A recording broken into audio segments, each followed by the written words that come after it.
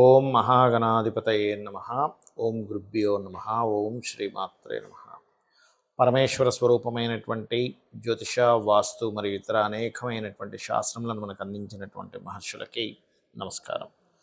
హయగ్రీవ హయగ్రీవ హయగ్రీవేతి యో వదేత్ తస్య నిస్సరతే వాణీ జహ్నుకన్యా ప్రవాహవత్ అరుణాం కరుణాతరంగితాక్షీం ధృతపాశాంకుశపుష్పబాణచాపాం అనిమాదిభిరావృతాం మయూఖైః అహమిత్యేవ విభావయే భవానీం. శ్రీమాత్రే నమః.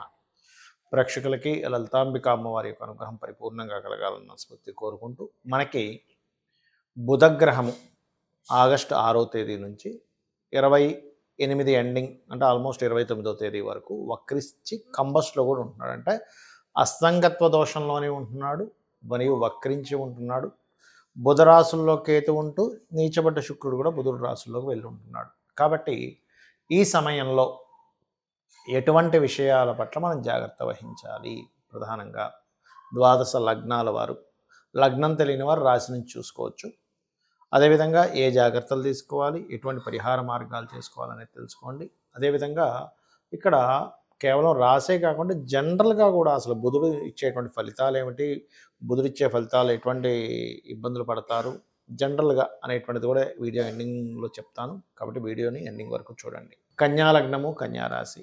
మీరు ప్రధానంగా ఈ బుధ వక్రగతి 6వ తేదీ నుంచి 29వ తేదీ వరకు ఉన్నటువంటి గ్రహస్థితిని కనుక చూసుకున్నట్లయితే, మీరు ఈ సమయంలో వక్రగతి కంబస్ట్ అయినందుకు ఉద్యోగ సంబంధించిన విషయంలో తప్పుడు నిర్ణయం తీసుకోకండి. ఒకవేళ మీరు ఉద్యోగాలు మారాలనుకుంటే 6వ తేదీ ముందైనా మారండి, లేదా 29వ తేదీ తర్వాత అయినా మారండి. ఇది ముఖ్యంగా గుర్తుపెట్టుకోండి. ఉద్యోగ సంబంధించిన విషయంలో తొందరపాటు నిర్ణయాలు అసలు పొరపాటును కూడా తీసుకోవద్దు. అలాగే రెండవ విషయం ఏంటి అంటే, ఇక్కడ ఉద్యోగంతో పాటు కొంతమంది వ్యాపారం చేద్దామని కూడా అనుకుంటుంటారు. ఎందుకు? ఈ యొక్క బుధుడు లాభస్థానంలోకి వెళ్తున్నాడు కాబట్టి లాభం అనేది వ్యాపార సంబంధించిన విషయం. అటువంటివి ఏవైనా మీరు సర్వీసెస్ రిలేటెడ్ సంబంధించినవి అయితే కొంతవరకు పర్లేదు.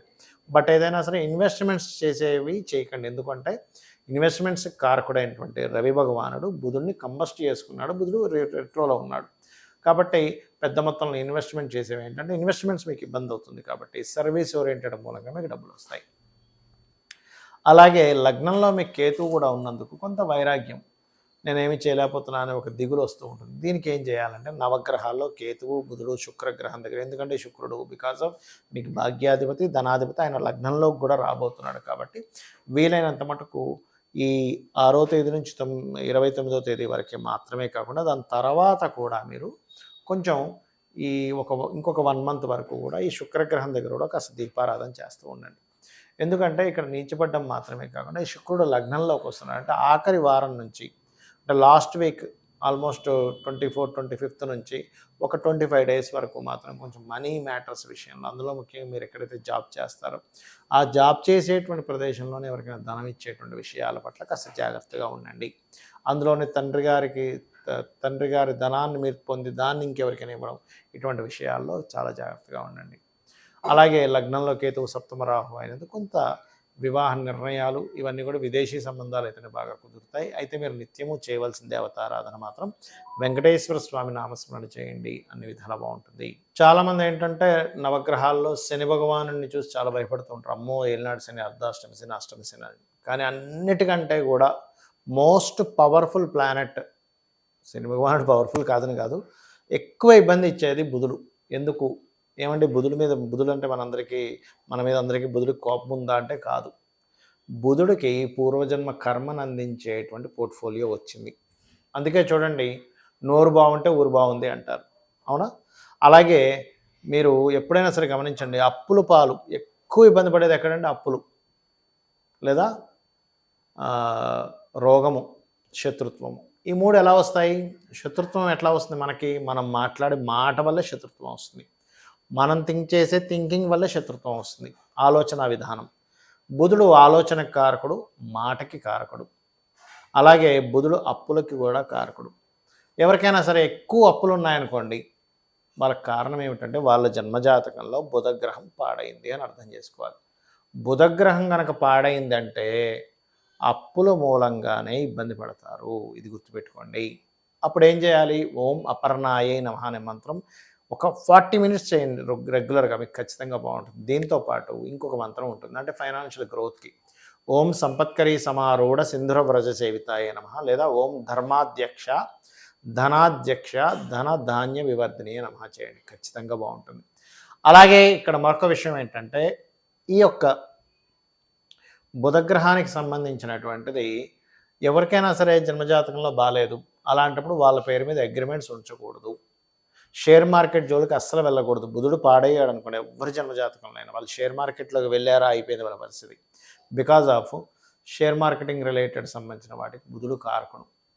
బుధుడు ఎవరి జన్మజాతకంలో అయినా లగ్నాధిపతి అయ్యి లేదా లగ్నంలో ఉండి మంచి పొజిషన్లో ఉన్నా అంటే వాళ్ళు అపర మేధావులు అవుతారు. అందుకే చూడండి, చాలా మటుకు మిథున లగ్నం వారు, కన్యా లగ్నం వారు మంచి, అంటే వాళ్ళకి మిథున లగ్నం వాళ్ళకి ఏంటంటే తెలివితేటలు బాగుంటాయి, ఎప్పుడు కూడా నాలెడ్జ్ గెయిన్ చేసుకుంటూ ఉంటారు. కన్యా లగ్నం వారు మేనేజింగ్ ఎక్కువగా చేస్తారు. అంటే బుధుడు కనుక బాగున్నాడంటే మేనేజింగ్ స్కిల్స్ ఖచ్చితంగా పెరుగుతాయి, అందులో ఎటువంటి సందేహం లేదు.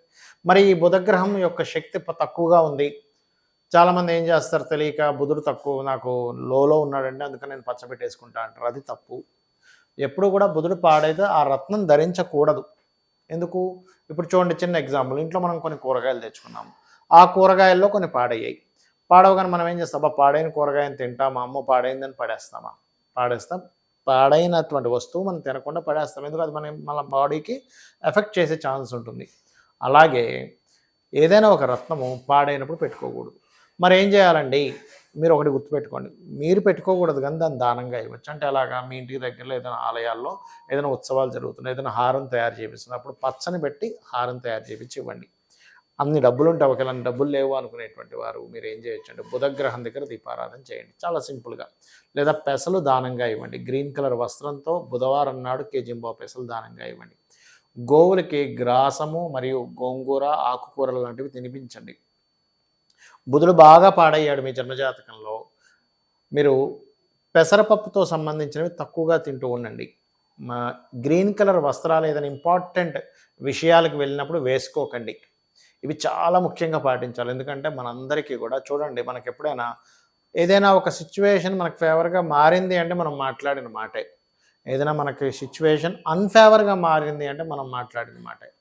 రిలేషన్స్కి బుధుడు కారకుడు, అప్పులకు బుధుడు కారకుడు, నర్వస్ సిస్టమ్కి బుధుడు కారకుడు, మన స్పాంటేనియస్నెస్కి బుధుడు కారకుడు, మధ్యవర్తిత్వం ఉండడానికి బుధుడు కారకుడు.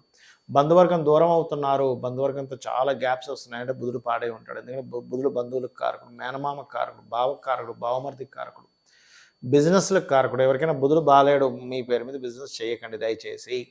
ఎందుకంటే మీ పేర్ల మీద బిజినెస్ ఉంది, బుధుడు పాడయ్యాడంటే. అయితే ఇక్కడ క్వశ్చన్ ఏంటంటే, పాడవడం అంటే ఏంటంటే చాలామందికి అర్థం కాదు. అదేమిటి అంటే, బుధగ్రహం కనుక పాపకత్తిరిలో ఉన్న, బుధరాశిలో మరో 2 పాపగ్రహాలు ఉన్నా, ఆ యొక్క మహాదశ కానీ ఆ యొక్క గ్రహం కానీ పాడవుతుంది.